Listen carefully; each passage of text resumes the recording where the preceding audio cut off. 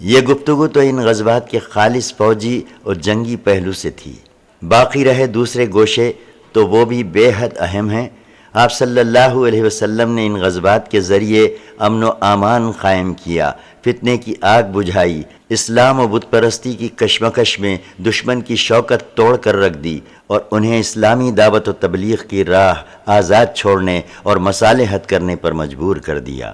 اسی طرح آپ صلی اللہ علیہ وسلم نے ان جنگوں کی بدولت یہ بھی معلوم کر لیا کہ آپ کا ساتھ دینے والوں میں کون سے لوگ مخلص ہیں اور کون سے لوگ منافق، جو نہاقانہ دل میں غدر و خیانت کے جذبات چھپائے ہوئے ہیں۔ پھر آپ صلی اللہ علیہ وسلم نے محاذرائی کے عملی نمونوں کے ذریعے مسلمان کمانڈروں کی ایک زبردست جماعت بھی تیار کر دی، جنہوں نے آپ کے بعد عراق و شام کے میدانوں میں فارس و روم سے ٹکر لی اور جنگی پلاننگ اور تکنیک میں ان کے بڑے بڑے کمانڈروں کو مات دے کر انہیں ان کے مکانات و سرزمین سے، اموال و باغات سے، چشموں اور کھیتوں سے، آرام دہ اور باعزت مقام سے اور مزیدار نعمتوں سے نکال باہر کیا۔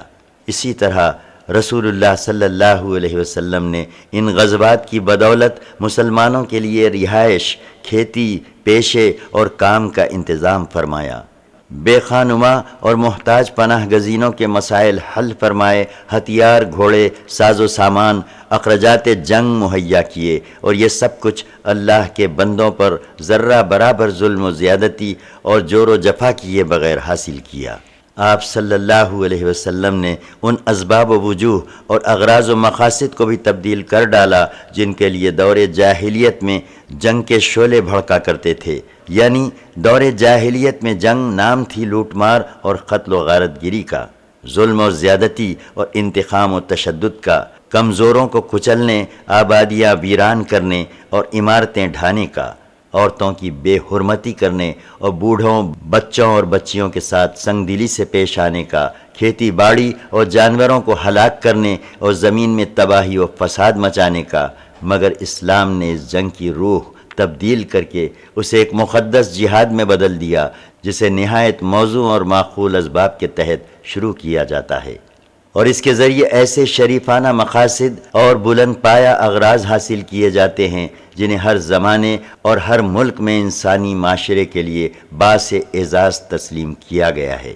کیونکہ اب جنگ کا مفہوم یہ ہو گیا کہ انسان کو قہر و ظلم کے نظام سے نکال کر عدل و انصاف کے نظام میں لانے کی مسلسل جد و جہد کی جائے، یعنی ایک ایسے نظام کو جس میں طاقتور کمزور کو کھا رہا ہو، الٹ کر ایک ایسا نظام قائم کیا جائے جس میں طاقتور کمزور ہو جائے جب تک کہ اس سے کمزور کا حق لے نہ لیا جائے۔ اسی طرح اب جنگ کا معنی یہ ہو گیا کہ ان کمزور مردوں، عورتوں اور بچوں کو نجات دلائی جائے جو دعائیں کرتے رہتے ہیں کہ اے ہمارے پروردگار، ہمیں اس بستی سے نکال جس کے باشندے ظالم ہیں، اور ہمارے لیے اپنے پاس سے ولی بنا اور اپنے پاس سے مددگار بنا۔ نیز اس جنگ کا معنی یہ ہو گیا کہ اللہ کی زمین کو غدر و خیانت، ظلم و ستم اور بدی و گناہ سے پاک کر کے اس کی جگہ امن و امان، رافت و رحمت، حقوق رسانی اور مربت و انسانیت کا ظلم بحال کیا جائے۔ رسول اللہ صلی اللہ علیہ وسلم نے جنگ کے لیے شریفانہ ضوابط بھی مقرر فرمائے اور اپنے فوجیوں اور کمانڈروں پر ان کی پابندی لازمی قرار دیتے ہوئے کسی حال میں ان سے باہر جانے کی اجازت نہ دی۔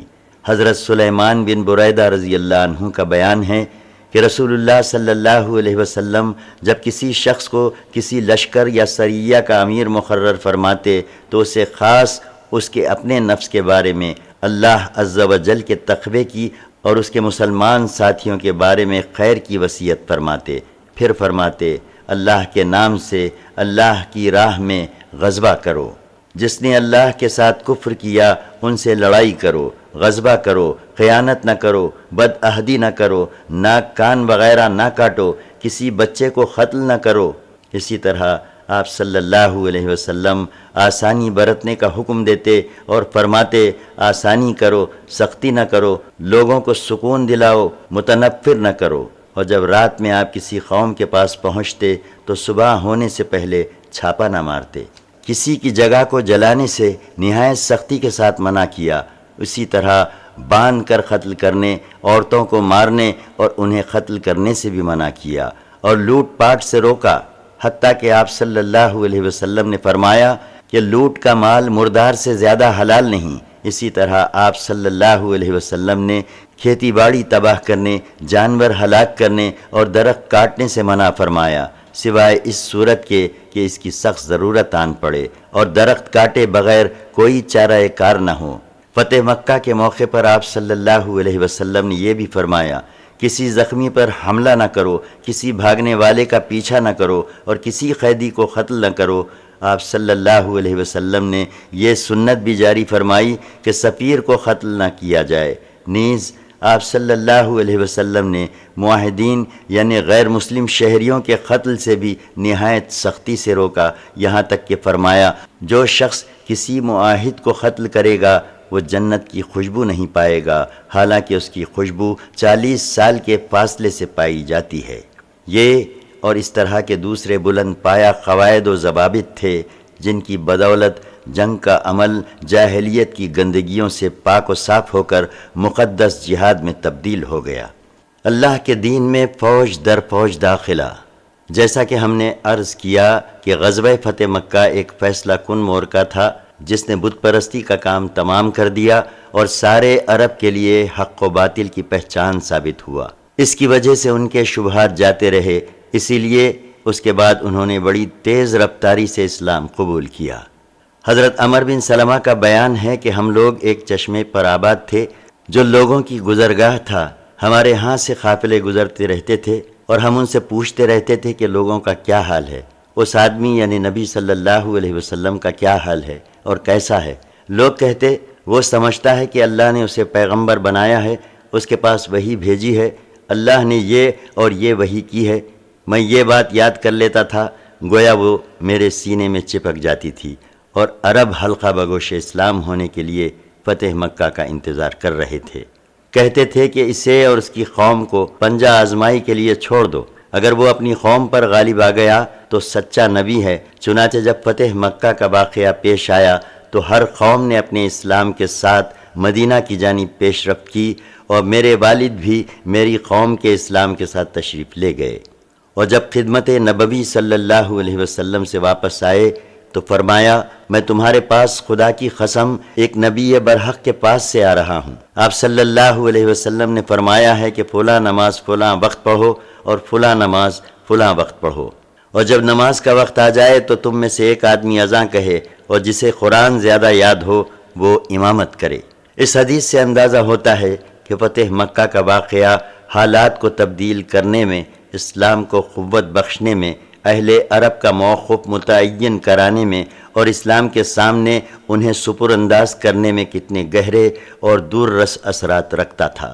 یہ کیفیت غزوہ تبوک کے بعد پختہ سے پختہ تر ہو گئی، اس لیے ہم دیکھتے ہیں کہ ان 2 برسوں یعنی سن 9 ہجری اور سن 10 ہجری میں مدینہ آنے والے وفود کا تانتا بندھا ہوا تھا، اور لوگ اللہ کے دین میں فوج در فوج داخل ہو رہے تھے، یہاں تک کہ وہ اسلامی لشکر جو فتح مکہ کے موقع پر 10,000 سپاہ پر مشتمل تھا، اس کی تعداد غزوہ تبوک میں جبکہ ابھی فتح مکہ پر پورا 1 سال بھی نہیں گزرا تھا، اتنی بڑھ گئی کہ وہ 30,000 فوجیوں کے ٹھانٹے مارتے ہوئے سمندر میں تبدیل ہو گیا۔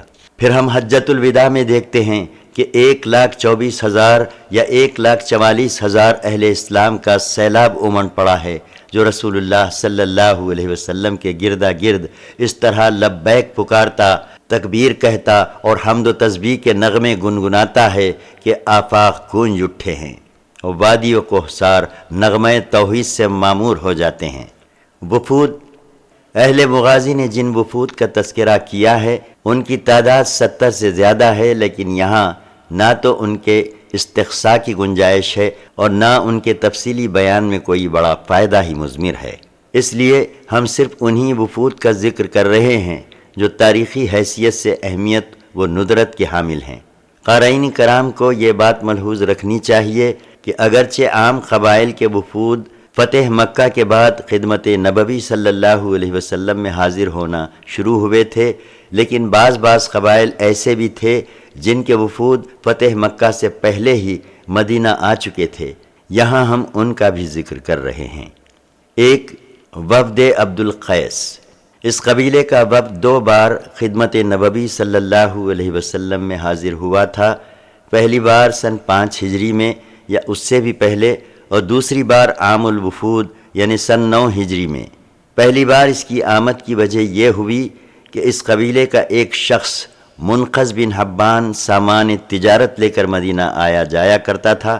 وہ جب نبی صلی اللہ علیہ وسلم کی ہجرت کے بعد پہلی بار مدینہ آیا اور اسے اسلام کا علم ہوا تو وہ مسلمان ہو گیا، اور نبی صلی اللہ علیہ وسلم کا ایک خط لے کر اپنی قوم کے پاس گیا۔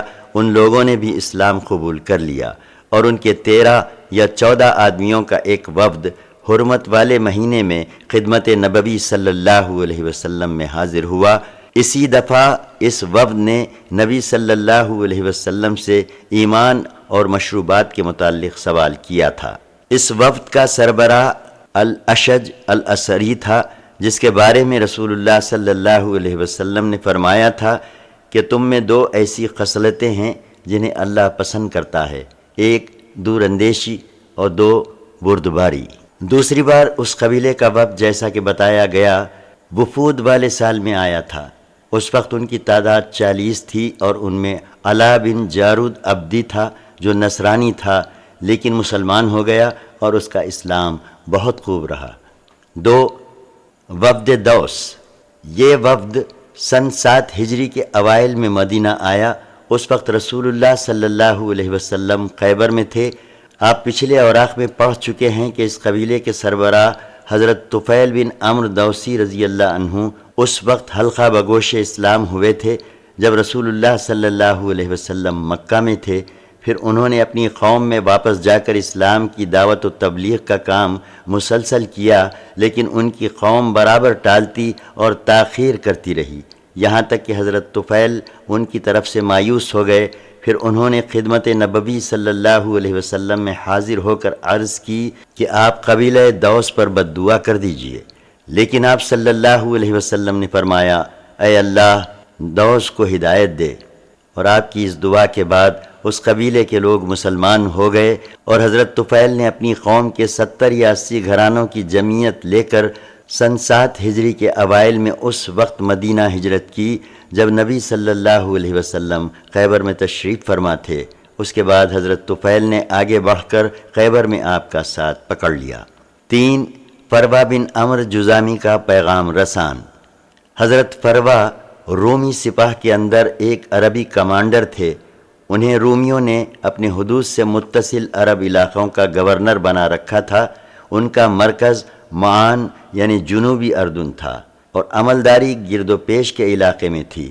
انہوں نے جنگ معطا سن 8 ہجری میں مسلمانوں کی معرکہ آرائی، شجاعت اور جنگی پختگی دیکھ کر اسلام قبول کر لیا، اور ایک قاصد بھیج کر رسول اللہ صلی اللہ علیہ وسلم کو اپنے مسلمان ہونے کی اطلاع دی۔ تحفے میں ایک سفید خچر بھی بھجوایا۔ رومیوں کو ان کے مسلمان ہونے کا علم ہوا تو انہوں نے پہلے تو انہیں گرفتار کر کے قید میں ڈال دیا، پھر اختیار دیا کہ یا تو مرتد ہو جائیں یا موت کے لیے تیار رہیں۔ انہوں نے ارتاد پر موت کو ترجیح دی، چنانچہ انہیں فلسطین میں افرا نامی ایک چشمے پر سولی دے کر ان کو موت کی نیند سلا دیا۔ 4، وفد صدا۔ یہ وفد سن 8 ہجری میں جعرانہ سے رسول اللہ صلی اللہ علیہ وسلم کی واپسی کے بعد حاضر خدمت ہوا۔ اس کی وجہ یہ ہوئی کہ رسول اللہ صلی اللہ علیہ وسلم نے 400 مسلمانوں کی ایک مہم تیار کر کے اسے حکم دیا کہ یمن کا وہ گوشہ روند آویں جس میں قبیلہ صدا رہتا ہے۔ یہ مہم ابھی وادی قنات کے سرے پر خیمہ زن تھی کہ حضرت زیاد بن حارث صدائی کو اس کا علم ہو گیا۔ وہ بھاگم بھاگ رسول اللہ صلی اللہ علیہ وسلم کی خدمت میں حاضر ہوئے اور عرض کی کہ میرے پیچھے جو لوگ ہیں میں ان کے نمائندے کی حیثیت سے حاضر ہوا ہوں، لہٰذا آپ لشکر واپس بلا لیں اور میں آپ کے لیے اپنی قوم کا ضامن ہوں۔ آپ نے وادی خناس سے ہی لشکر واپس بلا لیا۔ اس کے بعد حضرت زیاد اپنی قوم میں واپس جا کر انہیں ترغیب دی کہ رسول اللہ صلی اللہ علیہ وسلم کی خدمت میں حاضر ہوں۔ ان کی ترغیب پر 15 آدمی خدمت نبوی صلی اللہ علیہ وسلم میں حاضر ہوئے اور قبول اسلام پر بیعت کی۔ پھر اپنی قوم میں واپس جا کر اسلام کی تبلیغ کی اور ان میں اسلام پھیل گیا۔ حجۃ الوداع کے موقع پر ان کے 100 آدمیوں نے رسول اللہ صلی اللہ علیہ وسلم کی خدمت میں شرف باریابی حاصل کیا۔ 5 کعب بن زہیر بن ابی سلمہ کی آمد۔ یہ شخص ایک شاعر خانوادے کا چشم و چراغ تھا اور خود بھی عرب کا عظیم ترین شاعر تھا۔ یہ کافر تھا اور نبی صلی اللہ علیہ وسلم کی ہجو کیا کرتا تھا۔ امام حاکم کے بقول یہ بھی ان مجرموں کی فہرست میں شامل تھا جن کے متعلق فتح مکہ کے موقع پر حکم دیا گیا تھا کہ اگر وہ خانہ کعبہ کا پردہ پکڑے ہوئے پائے جائیں تو بھی ان کی گردن مار دی جائے، لیکن یہ شخص بچ نکلا اور ادھر رسول اللہ صلی اللہ علیہ وسلم غزوہ طائف سن 8 ہجری سے واپس ہوئے تو کعب کے پاس اس کے بھائی بجیر بن زہیر نے لکھا کہ رسول اللہ صلی اللہ علیہ وسلم نے مکہ کے کئی ان افراد کو قتل کرا دیا ہے جو آپ کی ہجو کرتے اور آپ کو ایذائیں پہنچاتے تھے۔ قریش کے بچے کچے شورا میں سے جس کی جدھر سینگ سمائی ہے نکل بھاگا ہے، لہٰذا اگر تمہیں اپنی جان کی ضرورت ہے تو رسول اللہ صلی اللہ علیہ وسلم کے پاس اڑ کر جاؤ، کیونکہ کوئی بھی شخص توبہ کر کے آپ صلی اللہ علیہ وسلم کے پاس آ جائے تو آپ اسے قتل نہیں کرتے، اور اگر یہ بات منظور نہیں تو پھر جہاں نجات مل سکے نکل بھاگو۔ اس کے بعد دونوں بھائیوں میں مزید خط و کتابت ہوئی، جس کے نتیجے میں کعب بن زہیر کو زمین تنگ محسوس ہونے لگی اور اسے اپنی جان کے لالے پڑتے نظر آئے، اس لیے آخر کار وہ مدینہ آ گیا اور جوہینہ کے ایک آدمی کے ہاں مہمان ہوا، پھر اسی کے ساتھ صبح کی نماز پڑھی۔ نماز سے فارغ ہوا تو جوہینی نے اشارہ کیا اور وہ اٹھ کر رسول اللہ صلی اللہ علیہ وسلم کے پاس جا بیٹھا اور اپنا ہاتھ آپ کے ہاتھ میں رکھ دیا۔ رسول اللہ صلی اللہ علیہ وسلم اسے پہچانتے نہ تھے۔ اس نے کہا، اے اللہ کے رسول، کعب بن زہیر توبہ کر کے مسلمان ہو گیا ہے اور آپ سے امن کا خواستگار بن کر آیا ہے، تو کیا اگر میں اسے آپ کی خدمت میں حاضر کر دوں تو آپ اس کی ان چیزوں کو قبول فرما لیں گے؟ آپ نے فرمایا ہاں۔ اس نے کہا، میں ہی کعب بن زہیر ہوں۔ یہ سن کر ایک انصاری صحابی اس پر جھپٹ پڑے اور اس کی گردن مارنے کی اجازت چاہی۔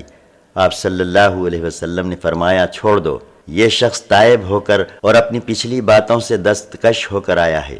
اس کے بعد اسی موقع پر کعب بن زہیر نے اپنا مشہور قصیدہ آپ صلی اللہ علیہ وسلم کو پڑھ کر سنایا، جس کی ابتدا یوں ہے: سعاد دور ہو گئی تو میرا دل بے قرار ہے، اس کے پیچھے وارفتہ اور بیڑیوں میں جکڑا ہوا ہے، اس کا فدیہ نہیں دیا گیا۔ اس قصیدے میں کعب نے رسول اللہ صلی اللہ علیہ وسلم سے معذرت کرتے ہوئے اور آپ صلی اللہ علیہ وسلم کی مدح کرتے ہوئے آگے یوں کہا: مجھے بتایا گیا ہے کہ اللہ کے رسول نے مجھے دھمکی دی ہے، حالانکہ اللہ کے رسول سے درگزر کی توقع ہے۔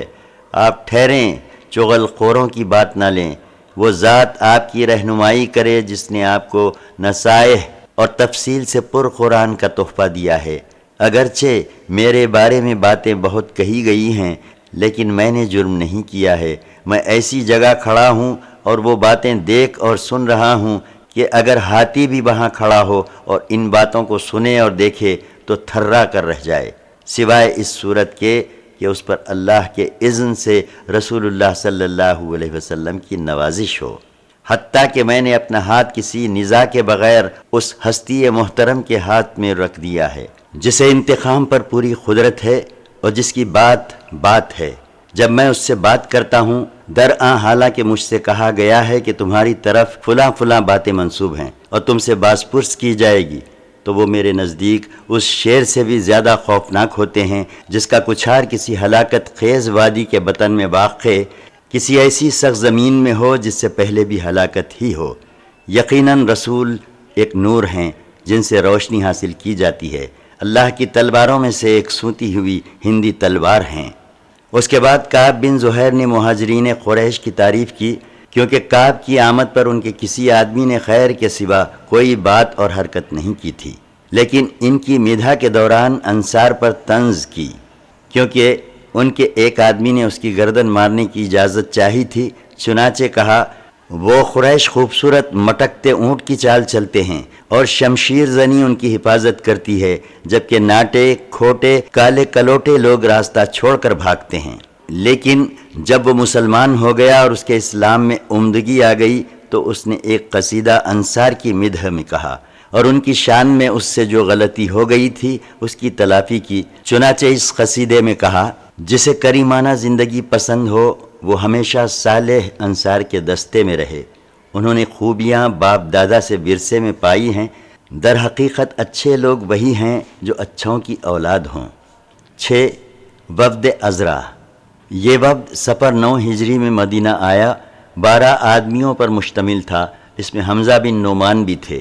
جب وفد سے پوچھا گیا کہ آپ کون لوگ ہیں تو ان کے نمائندے نے کہا، ہم بنو عذرا ہیں، قصی کے اقیافی بھائی، ہم نے ہی قصی کی تائید کی تھی اور خزاعہ اور بنو بکر کو مکہ سے نکالا تھا، یہاں ہمارے رشتے اور قرابت داریاں ہیں۔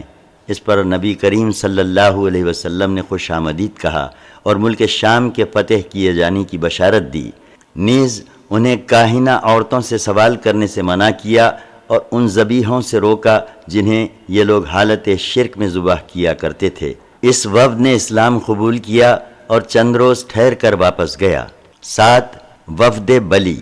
یہ ربیع الاول سن 9 ہجری میں آیا اور حلقہ بگوش اسلام ہو کر 3 روز مقیم رہا۔ دوران قیام وفد کے رئیس ابو الزبیب نے دریافت کہ کیا ضیافت میں بھی اجر ہے؟ رسول اللہ صلی اللہ علیہ وسلم نے فرمایا، ہاں، کسی مالدار یا فقیر کے ساتھ جو بھی اچھا سلوک کرو گے وہ صدقہ ہے۔ اس نے پوچھا، مدت ضیافت کتنی ہے؟ آپ صلی اللہ علیہ وسلم نے فرمایا، 3 دن۔ اس نے پوچھا، کسی لاپتہ شخص کی گمشدہ بھیڑ بکری مل جائے تو کیا حکم ہے؟ آپ صلی اللہ علیہ وسلم نے فرمایا، وہ تمہارے لیے ہے یا تمہارے بھائی کے لیے ہے یا پھر بھیڑیے کے لیے ہے؟ اس کے بعد اس نے گمشدہ اونٹ کے متعلق سوال کیا۔ آپ صلی اللہ علیہ وسلم نے فرمایا، تمہیں اس سے کیا واسطہ، اسے چھوڑ دو یہاں تک کہ اس کا مالک اسے پا جائے۔ 8. وفد ثقیف۔ یہ وفد رمضان سن 9 ہجری میں تبوک سے رسول اللہ صلی اللہ علیہ وسلم کی واپسی کے بعد حاضر ہوا۔ اس قبیلے میں اسلام پھیلنے کی صورت یہ ہوئی کہ رسول اللہ صلی اللہ علیہ وسلم ذیقعد سن 8 ہجری میں جب غزوہ طائف سے واپس ہوئے تو آپ صلی اللہ علیہ وسلم کے مدینہ پہنچنے سے پہلے ہی اس قبیلے کے سردار عروہ بن مسعود نے آپ کی خدمت میں حاضر ہو کر اسلام قبول کر لیا۔ پھر اپنے قبیلے میں واپس جا کر لوگوں کو اسلام کی دعوت دی۔ وہ چونکہ اپنی قوم کا سردار تھا اور صرف یہی نہیں کہ اس کی بات مانی جاتی تھی بلکہ اسے اس قبیلے کے لوگ اپنی لڑکیوں اور عورتوں سے بھی زیادہ محبوب رکھتے تھے، اس لیے اس کا خیال تھا کہ لوگ اس کی اطاعت کریں گے۔ لیکن جب اس نے اسلام کی دعوت دی تو اس کی توقع کے بالکل برخلاف لوگوں نے اس پر ہر طرف سے تیروں کی بوچھاڑ کر دی اور اسے جان سے مار ڈالا۔ پھر اسے قتل کرنے کے بعد چند مہینے تو یوں ہی مقیم رہے، لیکن اس کے بعد انہیں احساس ہوا کہ گرد و پیش کا علاقہ جو مسلمان ہو چکا ہے اس سے ہم مقابلے کی تاب نہیں رکھتے، لہٰذا انہوں نے باہم مشورہ کر کے طے کیا کہ ایک آدمی کو رسول اللہ صلی اللہ علیہ وسلم کی خدمت میں بھیجیں، اور اس کے لیے عبد یالیل بن عمر سے بات چیت کی، مگر وہ آمادہ نہ ہوا۔ اسے اندیشہ تھا کہ کہیں اس کے ساتھ بھی وہی سلوک نہ کیا جائے جو عروہ بن مسعود کے ساتھ کیا جا چکا ہے، اس لیے اس نے کہا، میں یہ کام اس وقت تک نہیں کر سکتا جب تک میرے ساتھ مزید کچھ آدمی نہ بھیجو۔ لوگوں نے اس کا یہ مطالبہ تسلیم کر لیا اور اس کے ساتھ حلیفوں میں سے 2 آدمی اور بنی مالک میں سے 3 آدمی لگا دیے۔ اس طرح کل 6 آدمیوں کا وفد تیار ہو گیا۔ اسی وفد میں حضرت عثمان بن ابی العاص ثقفی بھی تھے جو سب سے زیادہ کم عمر تھے۔ جب یہ لوگ خدمت نبوی صلی اللہ علیہ وسلم میں پہنچے تو آپ صلی اللہ علیہ وسلم نے ان کے لیے مسجد کے ایک گوشے میں ایک قبہ لگوا دیا تاکہ یہ قرآن سن سکیں اور صحابہ کرام کو نماز پڑھتے ہوئے دیکھ سکیں۔ پھر یہ لوگ رسول اللہ صلی اللہ علیہ وسلم کے پاس آتے جاتے رہے اور آپ صلی اللہ علیہ وسلم انہیں اسلام کی دعوت دیتے رہے۔ آخر ان کے سردار نے سوال کیا کہ آپ اپنے اور ثقیف کے درمیان ایک معاہدہ صلح لکھ دیں جس میں زناکاری، شراب نوشی اور سود خوری کی اجازت ہو۔ ان کے معبود لات کو برقرار رہنے دیا جائے، انہیں نماز سے معاف رکھا جائے اور ان کے بت خود ان کے ہاتھوں سے نہ توڑوائے جائیں، لیکن رسول اللہ صلی اللہ علیہ وسلم نے ان میں سے کوئی بھی بات منظور نہ کی، لہٰذا انہوں نے تنہائی میں مشورہ کیا، مگر انہیں رسول اللہ صلی اللہ علیہ وسلم کے سامنے سپر ڈالنے کے سوا کوئی تدبیر نظر نہ آئی۔ آخر انہوں نے یہی کیا اور اپنے آپ کو رسول اللہ صلی اللہ علیہ وسلم کے حوالے کرتے ہوئے اسلام قبول کر لیا، البتہ یہ شرط لگائی کہ لات کو ڈھانے کا انتظام رسول اللہ صلی اللہ علیہ وسلم خود فرما دیں، ثقیف اسے اپنے ہاتھوں سے ہرگز نہ ڈھائیں گے۔ آپ صلی اللہ علیہ وسلم نے یہ شرط منظور کر لی اور ایک نوشتہ لکھ دیا اور عثمان بن ابی العاص ثقفی کو ان کا امیر بنا دیا، کیونکہ وہی اسلام کو سمجھنے اور دین و قرآن کی تعلیم حاصل کرنے میں سب سے زیادہ پیش اور حریص تھے۔ اس کی وجہ یہ تھی کہ وفد کے ارکان ہر روز صبح خدمت نبوی صلی اللہ علیہ وسلم میں حاضر ہوتے تھے، لیکن عثمان بن ابی العاص کو اپنے ڈیرے پر چھوڑ دیتے تھے۔ اس لیے جب وفد واپس آ کر دوپہر میں خیل اللہ کرتا تو حضرت عثمان بن ابی العاص رسول اللہ صلی اللہ علیہ وسلم کی خدمت میں حاضر ہو کر قرآن پڑھتے اور دین کی باتیں دریافت کرتے، اور جب آپ کو استراحت فرماتے ہوئے پاتے تو اسی مقصد کے لیے حضرت ابو بکر رضی اللہ عنہ کی خدمت میں چلے جاتے۔ حضرت عثمان بن ابی العاص کی گورنری بڑی بابرکت ثابت ہوئی۔ رسول اللہ صلی اللہ علیہ وسلم کی وفات کے بعد جب خلافت صدیقی میں ارتاد کی لہر چلی اور ثقیف نے بھی مرتد ہونے کا ارادہ کیا تو انہیں حضرت عثمان بن ابی العاص رضی اللہ عنہ نے مخاطب کر کے کہا، ثقیف کے لوگو، تم سب سے آخر میں اسلام لائے ہو، اس لیے سب سے پہلے مرتد نہ ہو۔ یہ سن کر لوگ ارتاد سے رک گئے اور اسلام پر ثابت قدم رہے۔ بہرحال وفد نے اپنی قوم میں واپس آ کر اصل حقیقت چھپائے رکھی اور قوم کے سامنے لڑائی اور مار دھاڑ کا ہوا کھڑا کیا، اور حزن و غم کا اظہار کرتے ہوئے بتایا کہ رسول اللہ صلی اللہ علیہ وسلم نے ان سے مطالبہ کیا ہے کہ اسلام قبول کر لیں اور زنا، شراب اور سود چھوڑ دیں، ورنہ سخت لڑائی کی جائے گی۔ یہ سن کر پہلے تو ثقیف پر نقوت جاہلیہ غالب آئی اور وہ 2-3 روز تک لڑائی ہی کی بات سوچتے رہے، لیکن پھر اللہ نے ان کے دلوں میں رعب ڈال دیا اور انہوں نے وفد سے گزارش کی کہ وہ پھر رسول اللہ صلی اللہ علیہ وسلم کے پاس واپس جائے اور آپ کے مطالبات تسلیم کر لے۔ اس مرحلے پر پہنچ کر وفد نے اصل حقیقت ظاہر کی اور جن باتوں پر مصالحت ہو چکی تھی ان کا اظہار کیا۔ ثقیف نے اسی وقت اسلام قبول کر لیا۔ ادھر رسول اللہ صلی اللہ علیہ وسلم نے لات کو ڈھانے کے لیے حضرت خالد بن ولید رضی اللہ عنہ کی سرکردگی میں چند صحابہ کی ایک ذرا سی نفری روانہ فرمائی۔ حضرت مغیرہ بن شعبہ نے کھڑے ہو کر گرز اٹھایا اور اپنے ساتھیوں سے کہا، واللہ میں ذرا آپ لوگوں کو ثقیف پر ہنساؤں گا۔ اس کے بعد لات پر گرز مار کر خود ہی گر پڑے اور ایڑیاں پٹکنے لگے۔ یہ بناوٹی منظر دیکھ کر اہل طائف پر ہول طاری ہو گیا، کہنے لگے اللہ مغیرہ کو ہلاک کرے، اسے دیوی نے مار ڈالا۔ اتنے میں حضرت مغیرہ اچھل کر کھڑے ہو گئے اور فرمایا، اللہ تمہارا برا کرے، یہ تو پتھر اور اونٹنی کا تماشا ہے۔ پھر انہوں نے دروازے پر ضرب لگائی اور اسے توڑ دیا۔ اس کے بعد سب سے اونچی دیوار پر چڑھے اور ان کے ساتھ کچھ اور صحابہ بھی چڑھے، پھر اسے ڈھاتے ڈھاتے زمین کے برابر کر دیا، حتیٰ کہ اس کی بنیادیں بھی کھود ڈالی اور اس کا زیور اور لباس نکال لیا۔ یہ دیکھ کر ثقیف دم بخود رہ گئے۔ حضرت خالد رضی اللہ عنہ زیور اور لباس لے کر اپنی ٹیم کے ساتھ واپس ہوئے۔ رسول اللہ صلی اللہ علیہ وسلم نے سب کچھ اسی دن تقسیم فرما دیا اور نبی کی نصرت اور دین کے اعزاز پر اللہ کی حمد کی۔ 9. شاہان یمن کا خط۔ تبوک سے نبی صلی اللہ علیہ وسلم کی واپسی کے بعد شاہان حمیر یعنی حارث بن عبد کلاب، نعیم بن عبد کلاب اور رعین، حمدان اور معافر کے سربراہ نعمان بن قیل کا خط آیا۔ نامہ بر مالک بن مرہ رہابی تھا۔ ان بادشاہوں نے اپنے اسلام لانے اور شرک و اہل شرک سے علیحدگی اختیار کرنے کی اطلاع دے کر اسے بھیجا تھا۔ رسول اللہ صلی اللہ علیہ وسلم نے ان کے پاس ایک جوابی خط لکھ کر واضح فرمایا کہ اہل ایمان کے حقوق اور ان کی ذمہ داریاں کیا ہیں۔ آپ صلی اللہ علیہ وسلم نے اس خط میں معاہدین کے لیے اللہ کا ذمہ اور اس کے رسول کا ذمہ بھی دیا تھا، بشرطے کہ وہ مقررہ جزیہ ادا کریں۔ اس کے علاوہ آپ صلی اللہ علیہ وسلم نے کچھ صحابہ کو یمن روانہ فرمایا اور حضرت معاذ بن جبل رضی اللہ عنہ کو ان کا امیر مقرر فرمایا۔ 10 وفد ہمدان۔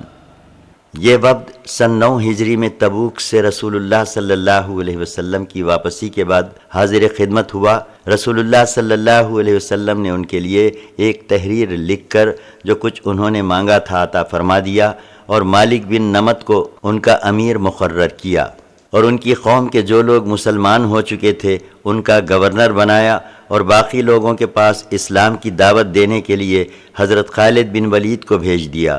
وہ 6 مہینے مقیم رہ کر دعوت دیتے رہے، لیکن لوگوں نے اسلام قبول نہ کیا۔ پھر آپ صلی اللہ علیہ وسلم نے حضرت علی بن ابی طالب رضی اللہ عنہ کو بھیجا اور حکم دیا کہ وہ خالد کو واپس بھیج دیں۔ حضرت علی رضی اللہ عنہ نے قبیلہ ہمدان کے پاس جا کر رسول اللہ صلی اللہ علیہ وسلم کا خط سنایا اور اسلام کی دعوت دی تو سب کے سب مسلمان ہو گئے۔ حضرت علی نے رسول اللہ صلی اللہ علیہ وسلم کو ان کے حلقہ بگوش اسلام ہونے کی بشارت بھیجی۔ آپ صلی اللہ علیہ وسلم نے خط پڑھا تو سجدے میں گر گئے، پھر سر اٹھا کر فرمایا، ہمدان پر سلام، ہمدان پر سلام۔ 11 وفد بنی فزارہ۔ یہ وفد سن 9 ہجری میں تبوک سے نبی کریم صلی اللہ علیہ وسلم کی واپسی کے بعد آیا۔ اس میں 10 سے کچھ زیادہ افراد تھے اور سب کے سب اسلام لا چکے تھے۔ ان لوگوں نے اپنے علاقے کی قحط سالی کی شکایت کی۔ رسول اللہ صلی اللہ علیہ وسلم ممبر پر تشریف لے گئے اور دونوں ہاتھ اٹھا کر بارش کی دعا کی۔ آپ صلی اللہ علیہ وسلم نے فرمایا، اے اللہ، ہمارے ملک اور اپنے چوپایوں کو سیراب کر اپنی رحمت پھیلا، اپنے مردہ شہر کو زندہ کر۔ اے اللہ، ہم پر ایسی بارش برسا جو ہماری فریاد رسی کر دے، راحت پہنچا دے، خوشگوار ہو، پھیلی ہوئی ہماگیر ہو، جلد آئے، دیر نہ کرے، نفع بخش ہو، نقصان رساں نہ ہو۔ اے اللہ، رحمت کی بارش، عذاب کی بارش نہیں، اور نہ ڈھانے والی، نہ غرق کرنے والی، اور نہ مٹانے والی بارش۔ اے اللہ، ہمیں بارش سے سیراب کر اور دشمنوں کے خلاف ہماری مدد فرما۔ 12 وفد نجران۔ مکہ سے یمن کی جانب 7 مرحلے میں ایک بڑا قافلہ جو 73 بستیوں پر مشتمل تھا، تیز رفتار سوار ایک دن میں پورا علاقہ طے کر سکتا تھا۔ اس علاقے میں 1 لاکھ مردان جنگی تھے جو سب کے سب عیسائی مذہب کے پیرو تھے۔ نجران کا وفد سن 9 ہجری میں آیا۔ یہ 60 افراد پر مشتمل تھا۔ 24 آدمی اشراف سے تھے، جن میں سے 3 آدمیوں کو اہل نجران کی سربراہی و سرکردگی حاصل تھی۔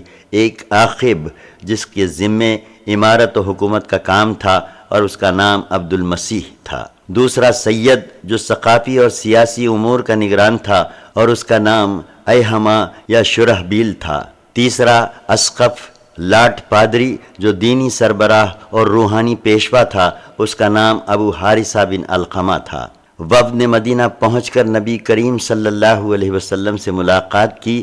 پھر آپ صلی اللہ علیہ وسلم نے ان سے کچھ سوالات کیے، انہوں نے آپ سے کچھ سوالات کیے۔ اس کے بعد آپ صلی اللہ علیہ وسلم نے انہیں اسلام کی دعوت دی اور قرآن حکیم کی آیتیں پڑھ کر سنائیں، لیکن انہوں نے اسلام قبول نہ کیا اور دریافت کیا کہ آپ مسیح علیہ السلام کے بارے میں کیا کہتے ہیں۔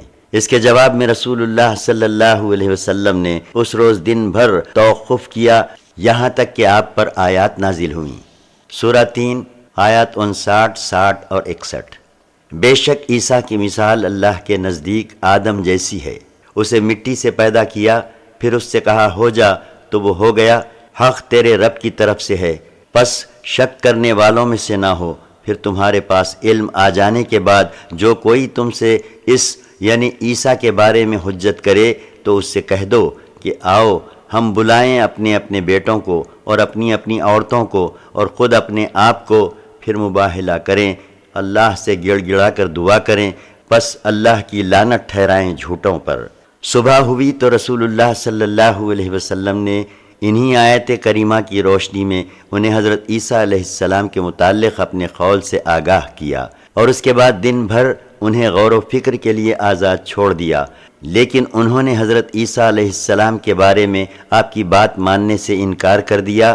پھر جب اگلی صبح ہوئی، درآں حالانکہ وفد کے ارکان حضرت عیسیٰ علیہ السلام کے بارے میں آپ کی بات تسلیم کرنے اور اسلام لانے سے انکار کر چکے تھے، تو رسول اللہ صلی اللہ علیہ وسلم نے انہیں مباہلے کی دعوت دی اور حضرت حسن و حسین رضی اللہ عنہما سمیت ایک چادر میں لپٹے ہوئے تشریف لائے۔ پیچھے پیچھے حضرت فاطمہ رضی اللہ عنہا چل رہی تھیں۔ جب وفد نے دیکھا کہ آپ واقعی بالکل تیار ہیں تو تنہائی میں جا کر مشورہ کیا۔ عاقب اور سید دونوں نے ایک دوسرے سے کہا، دیکھو مباہلہ نہ کرنا، خدا کی قسم اگر یہ نبی ہے اور ہم نے اس سے ملاعنت کر لی تو ہم اور ہمارے پیچھے ہماری اولاد ہرگز کامیاب نہ ہوگی، روئے زمین پر ہمارا ایک بال اور ناخن بھی تباہی سے نہ بچ سکے گا۔ آخر ان کی رائے یہ ٹھہری کہ رسول اللہ صلی اللہ علیہ وسلم ہی کو اپنے بارے میں حکم بنایا جائے۔ چنانچہ انہوں نے آپ کی خدمت میں حاضر ہو کر عرض کیا کہ آپ کا جو مطالبہ ہو ہم اسے ماننے کو تیار ہیں۔ اس پیشکش پر رسول اللہ صلی اللہ علیہ وسلم نے ان سے جزیہ لینا منظور کیا اور 2000 جوڑے کپڑوں پر مصالحت فرمائی، 1000 ماہ رجب میں اور 1000 ماہ سفر میں، اور طے کیا کہ ہر جوڑے کے ساتھ ایک اوقیہ 152 گرام چاندی بھی ادا کرنی ہوگی۔ اس کے عوض آپ نے انہیں اللہ اور اس کے رسول کا ذمہ عطا فرمایا اور دین کے بارے میں مکمل آزادی مرحمت فرمائی۔ اس سلسلے میں آپ صلی اللہ علیہ وسلم نے انہیں ایک باقاعدہ نوشتہ لکھ دیا۔ ان لوگوں نے آپ سے گزارش کی کہ آپ ان کے ہاں ایک امین یعنی امانت دار آدمی روانہ فرمائیں۔ اس پر آپ صلی اللہ علیہ وسلم نے صلح کا مال وصول کرنے کے لیے اس امت کے امین حضرت ابو عبیدہ بن جراح رضی اللہ عنہ کو روانہ فرمایا۔ اس کے بعد ان کے اندر اسلام پھیلنا شروع ہوا۔ اہل سیر کا بیان ہے کہ سید اور عاقب نجران پلٹنے کے بعد مسلمان ہو گئے۔ پھر نبی صلی اللہ علیہ وسلم نے ان سے صدقات اور جزیے لانے کے لیے حضرت علی رضی اللہ عنہ کو روانہ فرمایا، اور معلوم ہے کہ صدقہ تو مسلمانوں ہی سے لیا جاتا ہے۔ 13 وفد بنی حنیفہ۔ یہ وفد سن 9 ہجری میں مدینہ آیا۔ اس میں مسیلمہ کذاب سمیت 70 آدمی تھے۔ مسیلمہ کا سلسلہ نسب یہ ہے: مسیلمہ بن ثمامہ بن کبیر بن حبیب بن حارث۔ یہ وفد ایک انصاری صحابی کے مکان پر اترا، پھر خدمت نبوی صلی اللہ علیہ وسلم میں حاضر ہو کر حلقہ بگوش اسلام ہوا۔ البتہ مسیلمہ کذاب کے بارے میں روایات مختلف ہیں۔ تمام روایات پر مجموعی نظر ڈالنے سے معلوم ہوتا ہے کہ اس نے اکڑ، تکبر اور امارت کی ہوس کا اظہار کیا اور وفد کے باقی ارکان کے ساتھ نبی صلی اللہ علیہ وسلم کی خدمت میں حاضر نہ ہوا۔ نبی صلی اللہ علیہ وسلم نے پہلے تو قولاً اور فعلاً اچھے اور شریفانہ برتاؤ کے ذریعے اس کی دلجوئی کرنی چاہی، لیکن جب دیکھا کہ اس شخص پر اس برتاؤ کا کوئی مفید اثر نہیں پڑا تو آپ صلی اللہ علیہ وسلم نے اپنی فراست سے تاڑ لیا کہ اس کے اندر شر ہے۔ اس سے قبل نبی صلی اللہ علیہ وسلم یہ خواب دیکھ چکے تھے کہ آپ صلی اللہ علیہ وسلم کے پاس روئے زمین کے خزانے لا کر رکھ دیے گئے ہیں اور اس میں سے سونے کے 2 کنگن آپ کے ہاتھ میں آ پڑے ہیں۔ آپ کو یہ دونوں بہت گراں اور رنجدہ محسوس ہوئے، چنانچہ آپ کو وحی کی گئی کہ ان دونوں کو پھونک دیجئے۔ آپ نے پھونک دیا تو وہ دونوں اڑ گئے۔ اس کی تعبیر آپ صلی اللہ علیہ وسلم نے یہ فرمائی کہ آپ کے بعد 2 کذاب پرلے درجے کے جھوٹے نکلیں گے۔ چنانچہ جب مسیلمہ کذاب نے اکڑ اور انکار کا اظہار کیا، وہ کہتا تھا کہ اگر محمد نے کاروبار حکومت کو اپنے بعد میرے حوالے کرنا طے کیا تو میں ان کی پیروی کروں گا، تو رسول اللہ صلی اللہ علیہ وسلم اس کے پاس تشریف لے گئے۔ اس وقت آپ کے ہاتھ میں کھجور کی ایک شاخ تھی اور آپ کے ہمراہ آپ کے خطیب حضرت ثابت بن قیس بن شماس رضی اللہ عنہ تھے۔ مسیلمہ اپنے ساتھیوں کے درمیان موجود تھا۔ آپ اس کے سر پر جا کھڑے ہوئے اور گفتگو فرمائی۔ اس نے کہا، اگر آپ چاہیں تو ہم حکومت کے معاملے میں آپ کو آزاد چھوڑ دیں، لیکن اپنے بعد اس کو ہمارے لیے طے فرما دیں۔ آپ صلی اللہ علیہ وسلم نے کھجور کی شاخ کی طرف اشارہ کرتے ہوئے فرمایا، اگر تم مجھ سے یہ ٹکڑا چاہو گے تو تمہیں یہ بھی نہ دوں گا، اور تم اپنے بارے میں اللہ کے مقرر کیے ہوئے فیصلے سے آگے نہیں جا سکتے، اور اگر تم نے پیٹھ پھیری تو اللہ تمہیں توڑ کر رکھ دے گا۔ خدا کی قسم میں تجھے وہی شخص سمجھتا ہوں جس کے بارے میں مجھے وہ خواب دکھلایا گیا ہے جو دکھلایا گیا ہے، اور یہ ثابت بن قیس ہیں جو تمہیں میری طرف سے جواب دیں گے۔ اس کے بعد آپ واپس چلے گئے۔ بالآخر وہی ہوا جس کا اندازہ رسول اللہ صلی اللہ علیہ وسلم نے اپنی فراست سے کر لیا تھا، یعنی مسیلمہ کذاب یمامہ واپس جا کر پہلے تو اپنے بارے میں غور کرتا رہا، پھر دعویٰ کیا کہ اسے رسول اللہ صلی اللہ علیہ وسلم کے ساتھ کار نبوت میں شریک کر لیا گیا ہے۔ چنانچہ اس نے نبوت کا دعویٰ کیا اور سجع گھڑنے لگا، اپنی قوم کے لیے زنا اور شراب حلال کر دی، اور ان سب باتوں کے ساتھ ساتھ رسول اللہ صلی اللہ علیہ وسلم کے بارے میں یہ شہادت بھی دیتا رہا کہ آپ صلی اللہ علیہ وسلم اللہ کے نبی ہیں۔ اس شخص کی وجہ سے اس کی قوم فتنے میں پڑ کر اس کی پیروکار و ہم آواز بن گئی، نتیجتاً اس کا معاملہ نہایت سنگین ہو گیا۔ اس کی اتنی قدر و منزلت ہوئی کہ اسے یمامہ کا رحمان کہا جانے لگا۔ اور اب اس نے رسول اللہ صلی اللہ علیہ وسلم کو ایک خط لکھا، مجھے اس کام میں آپ کے ساتھ شریک کر دیا گیا ہے، آدھی حکومت ہمارے لیے ہے اور آدھی قریش کے لیے۔ رسول اللہ صلی اللہ علیہ وسلم نے جواب میں لکھا، زمین اللہ کی ہے، وہ اپنے بندوں میں سے جسے چاہتا ہے اس کا وارث بناتا ہے، اور انجام متقیوں کے لیے ہے۔ ابن مسعود رضی اللہ عنہ سے روایت ہے کہ ابن نواحہ اور ابن اثال مسیلمہ کے قاصد بن کر نبی صلی اللہ علیہ وسلم کے پاس آئے تھے۔ آپ نے دریافت فرمایا، تم دونوں شہادت دیتے ہو کہ میں اللہ کا رسول ہوں؟ انہوں نے کہا، ہم شہادت دیتے ہیں کہ مسیلمہ اللہ کا رسول ہے۔ نبی صلی اللہ علیہ وسلم نے فرمایا، میں اللہ اور اس کے رسول پر ایمان لایا، اگر میں کسی قاصد کو قتل کرتا تو تم دونوں کو قتل کر دیتا۔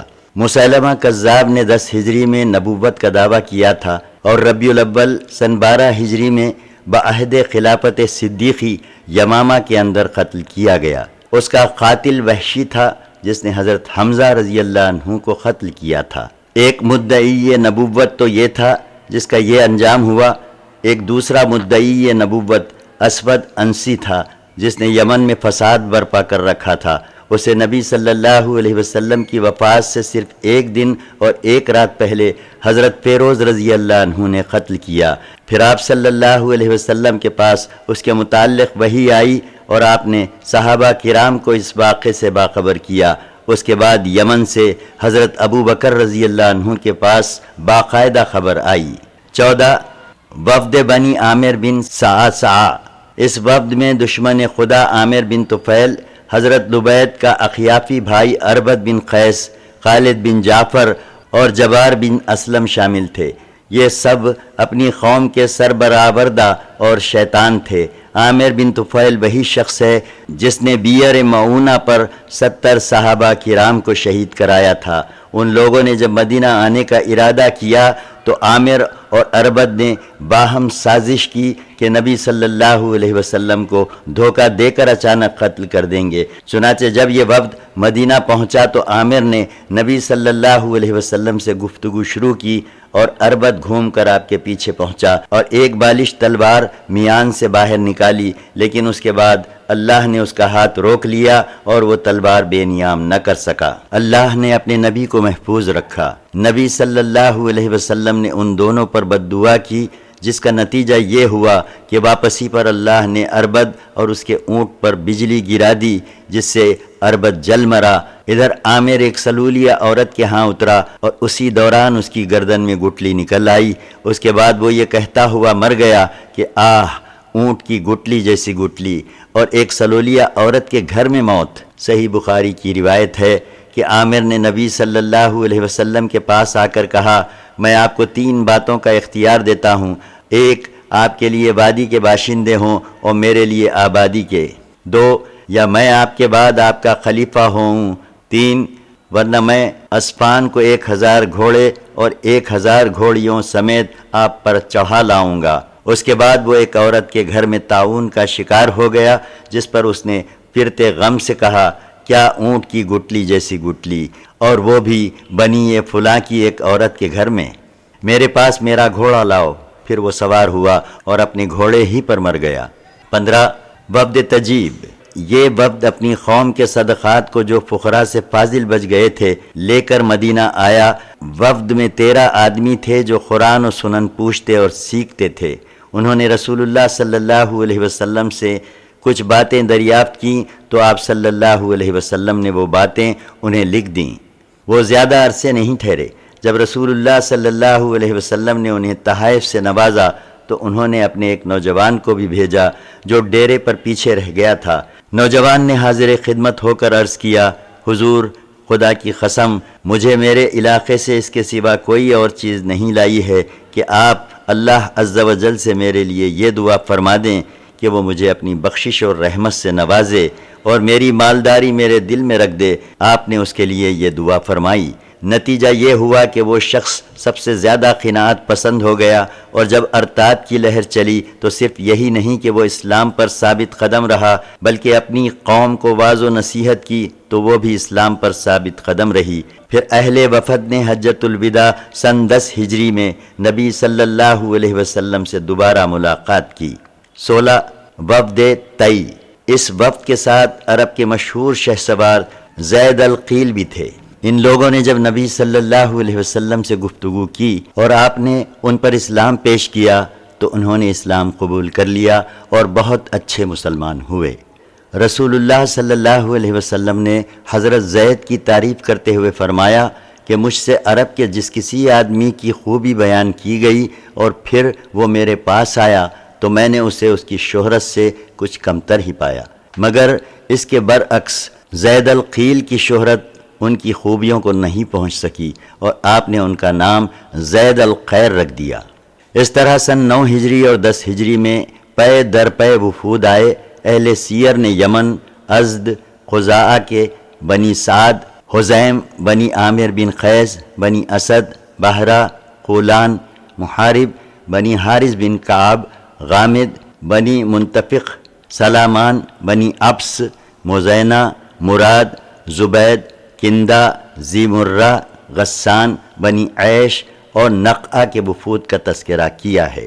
نقعہ کا وفد آخری وفد تھا جو محرم سن 11 ہجری کے وسط میں آیا تھا اور 200 آدمیوں پر مشتمل تھا۔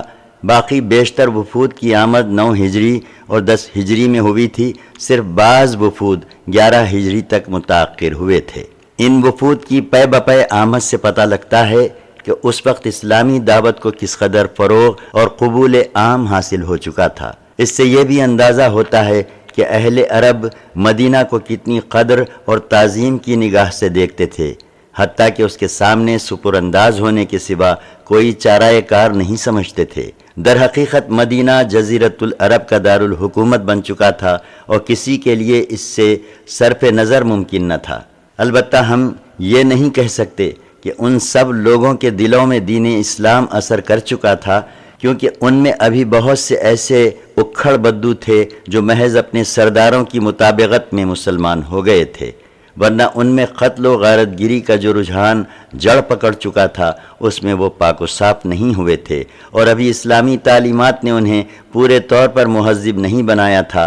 چنانچہ قرآن کریم سورہ توبہ میں ان کے بعض افراد کے اوصاف یوں بیان کیے گئے ہیں۔ سورہ 9 آیت 97-98۔ اعراب یعنی بدو کفر و نفاق میں زیادہ سخت ہیں اور اس بات کے زیادہ لائق ہیں کہ اللہ نے اپنے رسول پر جو کچھ نازل کیا ہے اس کے حدود کو نہ جانے، اور اللہ جاننے والا اور حکمت والا ہے۔ اور بعض اعراب جو کچھ خرچ کرتے ہیں اسے تاوان سمجھتے ہیں اور تم پر گردشوں کا انتظار کرتے ہیں، انہی پر بری گردش ہے، اور اللہ سننے والا جاننے والا ہے۔ جبکہ دوسرے افراد کی تعریف کی گئی ہے اور ان کے بارے میں یہ فرمایا گیا ہے، سورہ 9 آیت 99، اور بعض اعراب اللہ اور آخرت کے دن پر ایمان رکھتے ہیں اور جو کچھ خرچ کرتے ہیں اسے اللہ کی قربت اور رسول کی دعاؤں کا ذریعہ بناتے ہیں۔ یاد رہے کہ یہ ان کے لیے قربت کا ذریعہ ہے، ان قریب اللہ انہیں اپنی رحمت میں داخل کرے گا، بے شک اللہ غفور الرحیم ہے۔ جہاں تک کہ مدینہ، ثقیف، یمن اور بحرین کے بہت سے شہری باشندوں کا تعلق ہے تو ان کے اندر اسلام پختہ تھا، اور انہی میں سے کبار صحابہ اور سادات مسلمین ہوئے۔ دعوت کی کامیابی اور اثرات۔ اب ہم رسول اللہ صلی اللہ علیہ وسلم کی حیات مبارکہ کے آخری ایام کے تذکرے تک پہنچ رہے ہیں، لیکن اس تذکرے کے لیے راہبار قلم کو آگے بڑھانے سے پہلے مناسب معلوم ہوتا ہے کہ ذرا ٹھہر کر آپ صلی اللہ علیہ وسلم کے اس جلیل الشان عمل پر ایک اجمالی نظر ڈالیں جو آپ صلی اللہ علیہ وسلم کی زندگی کا خلاصہ ہے، اور جس کی بنا پر آپ صلی اللہ علیہ وسلم کو تمام نبیوں اور پیغمبروں میں یہ امتیازی مقام حاصل ہوا کہ اللہ تعالیٰ نے آپ صلی اللہ علیہ وسلم کے سر پر اولین و آخرین کی سیادت کا تاج رکھ دیا۔ آپ صلی اللہ علیہ وسلم سے کہا گیا، اے چادر پوش رات میں کھڑا ہو مگر تھوڑا، اے کمبل پوش اٹھ اور لوگوں کو سنگین انجام سے ڈرا دے۔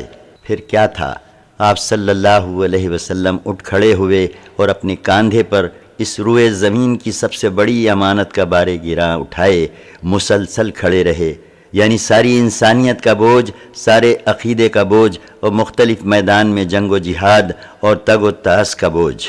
آپ صلی اللہ علیہ وسلم نے اس انسانی ضمیر کے میدان میں جنگ و جہاد اور تگ و تاس کا بوجھ اٹھایا جو جاہلیت کے اوہام و تصورات کے اندر غرق تھا، جسے زمین اور اس کی گوناگو کشش کے بار نے بوجھل کر رکھا تھا، جو شہوات کی بیڑیوں اور پھندوں میں جکڑا ہوا تھا، اور جب اس ضمیر کو اپنے بعض صحابہ کی صورت میں جاہلیت اور حیات عرضی کے طے در طے بوجھ سے آزاد کرا لیا، تو ایک دوسرے میدان میں ایک دوسرا مورکہ، بلکہ مورکوں پر مورکے شروع کر دیے، یعنی دعوت الہی کے وہ دشمن جو دعوت اور اس پر ایمان لانے والوں کے خلاف ٹوٹے پڑ رہے تھے، اور اس پاکیزہ پودے کو پنپنے، مٹی کے اندر جڑ پکڑنے، فضا میں شاخیں لہرانے اور پھلنے پھولنے سے پہلے اس کی نموگاہی میں مار ڈالنا چاہتے تھے۔ ان دشمنان دعوت کے ساتھ آپ صلی اللہ علیہ وسلم نے پیہم مورکہ آرائیاں شروع کیں، اور ابھی آپ صلی اللہ علیہ وسلم جزیرت العرب کے مورکوں سے فارغ نہ ہوئے تھے کہ روم نے اس نئی امت کو دبوچنے کے لیے اس کی سرحدوں پر تیاریاں شروع کر دیں۔ پھر ان تمام کارروائیوں کے دوران ابھی پہلا مورکہ یعنی ضمیر کا مورکہ ختم نہیں ہوا تھا، کیونکہ یہ دائمی مورکہ ہے، اس میں شیطان سے مقابلہ ہے، اور وہ انسانی ضمیر کی گہرائیوں میں گھس کر اپنی سرگرمیاں جاری رکھتا ہے اور ایک لحظے کے لیے ڈھیلا نہیں پڑتا۔ محمد الرسول اللہ صلی اللہ علیہ وسلم دعوت اللہ کے کام میں جمے ہوئے تھے اور متفرق میدان کے پہم مورکوں میں مصروف تھے۔ دنیا آپ صلی اللہ علیہ وسلم کے قدموں پر ڈھیر تھی، مگر آپ صلی اللہ علیہ وسلم تنگی و ترشی سے گزر بسر کر رہے تھے۔ اہل ایمان آپ صلی اللہ علیہ وسلم کے گردا گرد امن و راحت کا سایہ پھیلا رہے تھے، مگر آپ صلی اللہ علیہ وسلم جہد و مشقت اپنائے ہوئے تھے، مسلسل اور کڑی محنت سے سابقہ تھا، مگر ان سب پر آپ صلی اللہ علیہ وسلم نے صبر جمیل اختیار کر رکھا تھا۔ رات میں قیام فرماتے تھے، اپنے رب کی عبادت کرتے تھے، اس کے قرآن کی ٹھہر ٹھہر کر قرات کرتے تھے، اور ساری دنیا سے کٹ کر اس کی طرف متوجہ ہو جاتے تھے، جیسا کہ آپ صلی اللہ علیہ وسلم کو حکم دیا گیا تھا۔ اس طرح آپ صلی اللہ علیہ وسلم مسلسل اور پیہم مورکہ آرائی میں 20 برس سے اوپر گزار دیے، اور اس دوران آپ صلی اللہ علیہ وسلم کو کوئی ایک معاملہ دوسرے معاملے سے غافل نہ کر سکا، یہاں تک کہ اسلامی دعوت اتنے بڑے پیمانے پر کامیاب ہوئی کہ عقلیں حیران رہ گئیں۔ سارا جزیرت العرب آپ کے تابع فرمان ہو گیا، اس کے افق سے جاہلیت کا غبار چھٹ گیا، بیمار عقلیں تندرست ہو گئیں، یہاں تک کہ بتوں کو چھوڑ بلکہ توڑ دیا گیا۔ توحید کی آوازوں میں فضا گونجنے لگی، اور ایمان جدید سے حیات پائے ہوئے صحرا کا شبستان وجود اذانوں سے لرزنے لگا، اور اس کی پنہائیوں کو اللہ اکبر کی صدائیں چیرنے لگیں۔ قرہ قرآن مجید کی آیتیں تلاوت کرتے اور اللہ کے احکام قائم کرتے ہوئے شمال و جنوب میں پھیل گئے۔ بکھری ہوئی قومیں اور قبیلے ایک ہو گئے، انسان بندوں کی بندگی سے نکل کر اللہ کی بندگی میں داخل ہو گیا۔ اب نہ کوئی قاہر ہے نہ مقہور، نہ مالک ہے نہ مملوک، نہ حاکم ہے نہ محکوم، نہ ظالم ہے نہ مظلوم، بلکہ سارے لوگ اللہ کے بندے اور آپس میں بھائی بھائی ہیں، ایک دوسرے سے محبت رکھتے ہیں اور اللہ کے احکام بجا لاتے ہیں۔ اللہ نے ان سے جاہلیت کا غرور و نحوست اور باپ دادا پر فخر کا خاتمہ کر دیا ہے۔ اب عربی کو اجمی پر اور اجمی کو عربی پر، گورے کو کالے پر، کالے کو گورے پر کوئی برتری نہیں۔ برتری کا معیار صرف تقوی ہے، ورنہ سارے لوگ آدم کی اولاد ہیں اور آدم مٹی سے تھے۔ غرض اس دعوت کی بدولت عربی وحدت، انسانی وحدت اور اجتماعی عدل وجود میں آ گیا۔ نوع انسانی کو دنیاوی مسائل اور اخروی معاملات میں سعادت کی راہ مل گئی۔ بلفاظ دیگر زمانے کی رفتار بدل گئی، روئے زمین متغیر ہو گیا، تاریخ کا دھارا مڑ گیا اور سوچنے کے انداز بدل گئے۔ اس دعوت سے پہلے دنیا پر جاہلیت کی کار فرمائی تھی، اس کا ضمیر متعفن تھا اور روح بدبو کر رہی تھی، قدریں اور پیمانے مقتل تھے، ظلم اور غلامی کا دورہ تھا، فاجرانہ خوشحالی اور تباہ کن محرومی کی موج نے دنیا کو تے و بالا کر رکھا تھا۔ اس پر کفر و گمراہی کے تاریک اور دبیس پردے پڑے ہوئے تھے۔ حالانکہ آسمانی مذاہب اور ادیان موجود تھے، مگر ان میں تحریف نے جگہ پالی تھی اور ذوف سرایت کر گیا تھا، اس کی گرفت ختم ہو چکی تھی اور وہ محض بے جان و بے روح قسم کے جامد رسم و رواج کا مجموعہ بن کر رہ گئے تھے۔